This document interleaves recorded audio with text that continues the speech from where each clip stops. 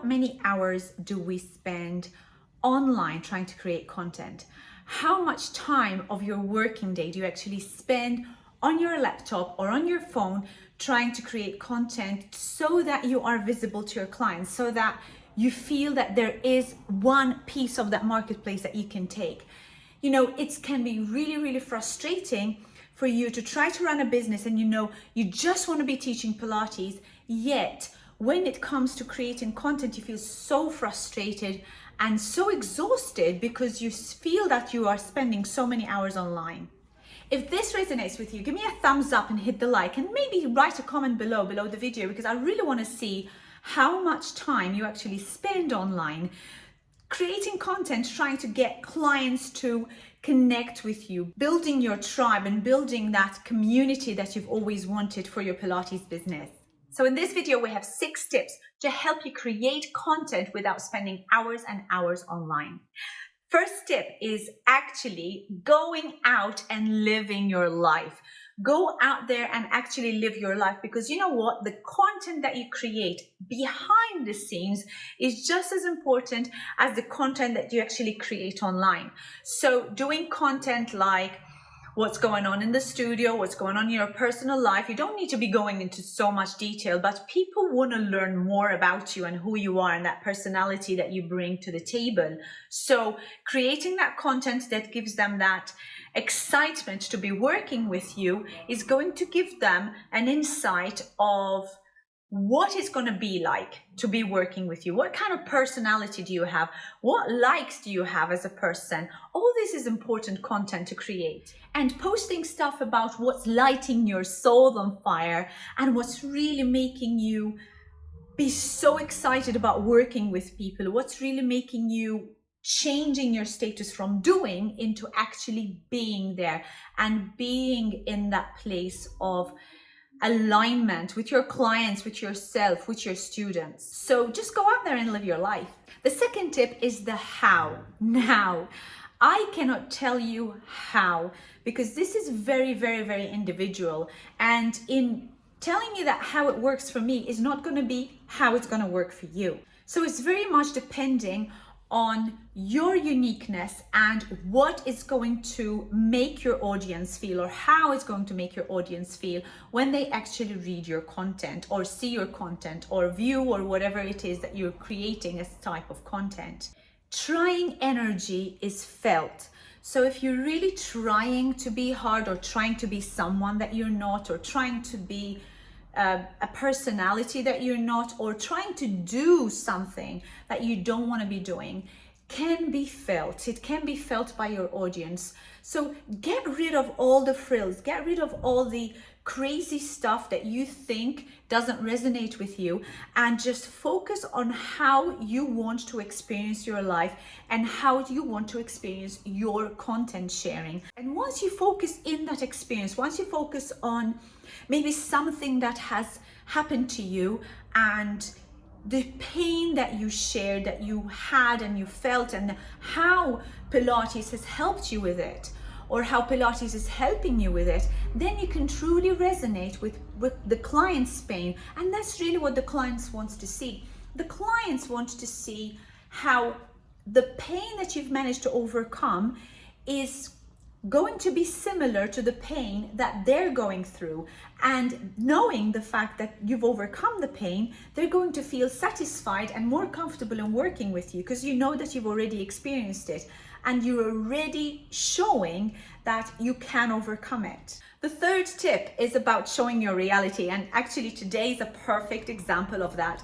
So this morning I was rushing out of my house and I fell, and I actually fell like the American footballers, how they crash land, right? And I crash landed, both hands, both arms down. I actually hurt my arm, I hurt my hand, and I even hurt my right leg. And you know, I just kept thinking, well, I'm so glad, I'm so glad that I'm doing Pilates because I actually used my core to fly over the ground rather than just completely stumble down.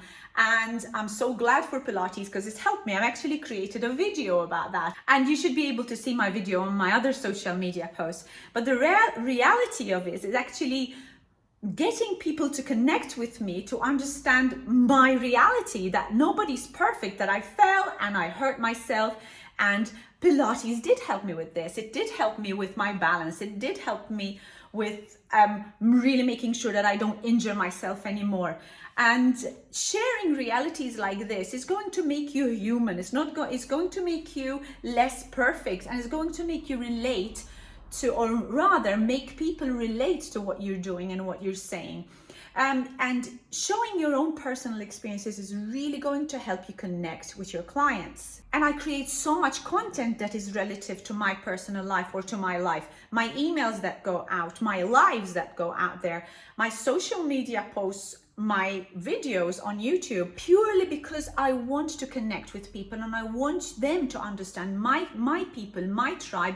I want them to understand my pains as well. So creating that content, and obviously knowing your borders and your boundaries. You don't want to be going too deep into personal things, because at the end of the day, you need to know where to have a boundary. But sharing personal experiences is really going to help you create that content without having to really think about it and actually spending those hours online. Now, the fourth tip is actually not getting in the zone. What do I mean? The last thing you should be doing to create content is actually sit on your laptop, surf social media or surf the internet, and then figuring out what to post, or maybe looking at what other people are posting and then trying to copy it so that you can create content following what other people are doing. But that is really going to pull you away from your authenticity. And in doing that, you're going to get so stressed out. And I used to do this. I did this at the very beginning. I used to think, oh my God, how am I going to post? What am I going to post? How often am I going to post? What am I going to post on? What platform am I going to post on? And it took so much energy. And I remember, hand on heart, I swear, my first video, I think took about 3 days to complete. I was looking for the fault in every single thing that I did. And I was thinking it's not perfect, it's not right. And I was trying to fix everything in it. And then I learned to be perfectly imperfect. This is where my authenticity queen came out, and really just coming out with content purely because I felt I needed to send it out, and I felt I needed to express it with my audience. And it gave me permission to be more authentic and to have the embodiment of my work. And my content was so easy and so effortless. And the fifth tip is all about living your life and living it for you, not living it for anybody else. Being the experience, not doing it, being it. It's really going to help people connect with you. And I know, like, people my age who are not familiar with how technology works, because I know, I see it with my younger students, and especially with my younger audience, they have absolutely no problem in being online. They have been brought up. They have been brought up with social media in their lives, and they have been brought up with phones in their hands. So it's much easier for them to create this content. For them, it's just kind of a living experience. Whereas someone who's maybe a little bit older, who's not used to that social media content, and I know for me, when I was younger, there was absolutely none of this online. So I had to learn this process, and I had to be comfortable with it. So in living your life, in practicing what you teach, what you're going to do is just express and transmit your personality to the people you want to be working with. And that's when you're going to see that tribe following you. And remember, you're not for everybody. So you're going to find people that are not wanting to follow you, and you're going to find people that don't want to work with you, but that's absolutely fine. You don't want to be working with them either, because they're just going to make your life hell. So, in being yourself and being your personality, and not just trying to do it to attract everybody, you're really going to go hitting the nail right in the head and get the right people to follow you and to work with you. That brings me to tip number 6, and the final tip, which is bringing your soulmate clients. So how do you bring soulmate clients? It's exactly as I said, being yourself, not doing things just because you think that that's what clients want to see. So being yourself and doing things for you and for your likeness and for your ability, you just are going to attract people who are happy and comfortable with working with you. You see, the moment you do this, the moment you be yourself, is actually the time, that's the moment when you start attracting your dream clients to be working with you. The second you start inviting your community to start taking up your offers, you're already in their zone and they're already in your zone. So they're already being mentored by you through all that social media posts that you're sending. And it's going to be so much easier for them to resonate with you and take up your offers than seeing just this offer online from somebody that they don't know. So what can you do today that is going to gain you more clients tomorrow? Easy. Live your life. Just go out there, live your life as you normally do. Just make a mental note of all the experiences you've gathered during the day, and then at the end of the day, put a little post on social media, whether it's a video, whether it's an audio, whether it is a live, whether it is an email. Just put a post, put out content, create content that is going to share your personal experience with your clients. And that is going to be so easy because what you're doing is you're building that tribe. Then when it comes to you offering your offer, boom, they're going to come in because they know you, they like you. And the most important thing is they're trusting you. So once you have those three, you've hit the nail right on the head. You've got your clients made. Isn't this expanding as a Pilates teacher?